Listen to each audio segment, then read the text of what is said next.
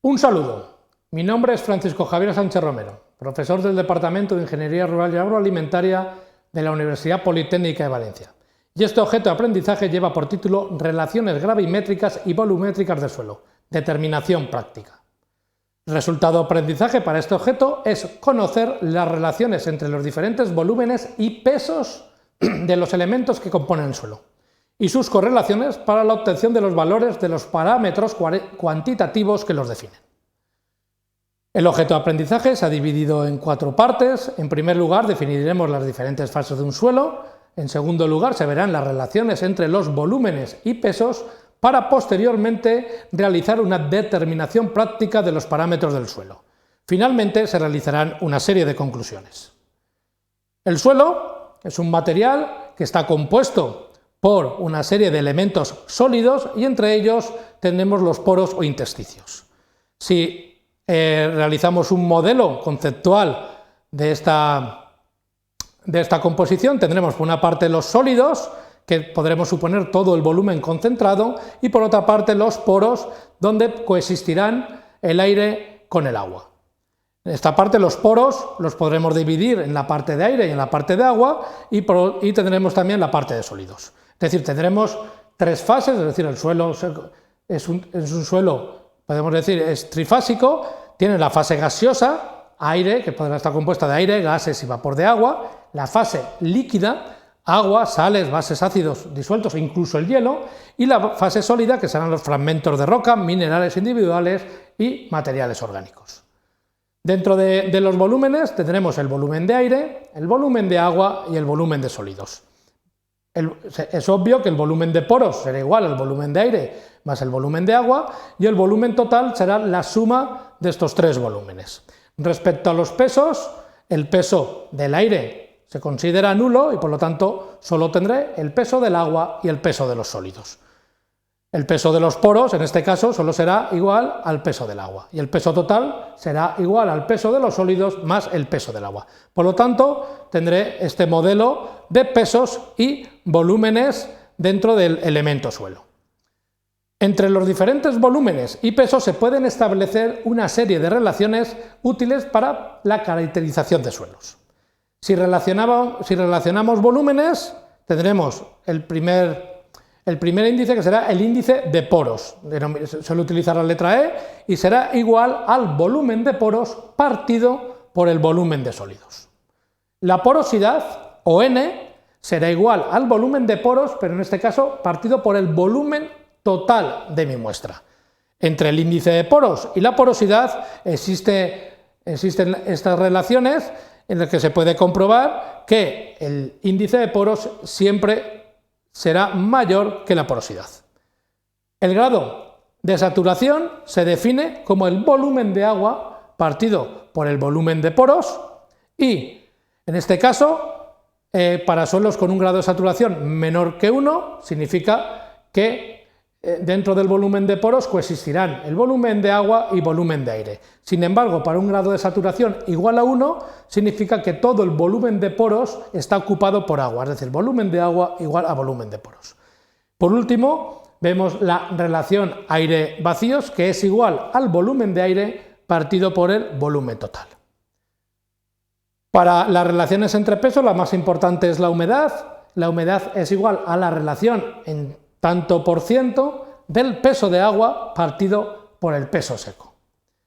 La relación entre volúmenes y pesos se denominan pesos específicos aparentes o densidades aparentes, y tendremos el peso específico de las partículas sólidas, que es igual al peso de los sólidos partido por el volumen de los sólidos, al peso específico del suelo saturado, es decir, con un grado de saturación igual a 1, que será igual al peso de los sólidos más el peso del agua, cuando el agua ocupa todo el volumen de poros, y todo eso partido por el volumen total.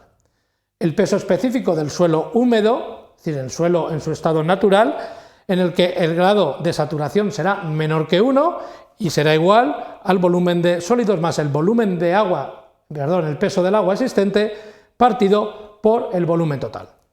El peso específico del suelo seco será cuando no tengo nada de agua en el suelo, es decir, el grado de saturación será igual a 0, en este caso será el peso de los sólidos partido por el volumen total y finalmente el peso específico del suelo sumergido, que será igual a la densidad saturado menos la densidad del agua. En este caso, esta relación, es decir, el peso específico de las partículas sólidas es el mayor, luego estará el peso del suelo saturado, luego el peso del suelo húmedo, posteriormente el peso del suelo seco y finalmente el peso del suelo sumergido. En este caso vamos a hacer un ejemplo práctico. Tenemos en una prueba de laboratorio tenemos una muestra de arcilla. La muestra húmeda pesa un total de 148,8 gramos, la muestra seca 106,2 gramos, es decir, una muestra sin ninguna cantidad de agua. El volumen de la muestra de la muestra húmeda de 86,2 centímetros cúbicos y el peso específico relativo de las partículas de 2,7 toneladas metro cúbico. Vamos a determinar, en este caso, todos los parámetros que vemos ahí en la lista.